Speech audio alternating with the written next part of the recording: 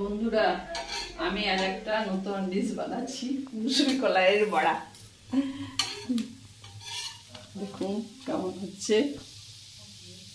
প্রথমে মুসুরি কলাইটা ঘন্টা দুয়েকের মতো ভিজিয়েছিলাম, তারপর মিক্সিতে বেটে নিয়েছি। ওর সঙ্গে একটু আদা, দুটো কাঁচা লঙ্কা, ওগুলো আপনার পেস্টটা বানিয়েছি, তখন আপনাদের দেখানো হয়নি।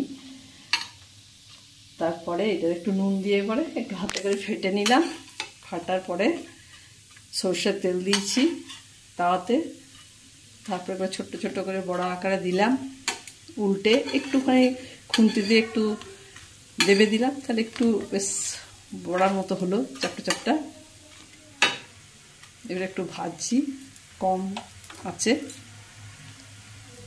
বেশ খেতে ভালোই লাগে। এগুলো একটু জ্বর টর হলে, মুখে স্বাদ না থাকলে না, এই খাবারগুলো খেতে সত্যি খুব ভালো লাগে। আপনারা করে দেখবেন, ভালোই লাগবে। আমার তো খুব ভালো লাগে। আমি এখানে এখন মেয়ের কাছে এসেছি, মেয়ের বাড়িতে বানাচ্ছি এগুলো। মেয়ে আছে, ছেলে আছে, ওরা দুজনাতে খাবে, ওই জন্যেই। ওরা বলছে, মা তুমি যে সে বড়াটা বানাও, একটু করে দাও না, আমরা খাবো। ওই জন্যে আমি এই বড়াটা বানাচ্ছি। আপনারাও করবেন, দেখবেন ভালোই লাগবে। Thank you.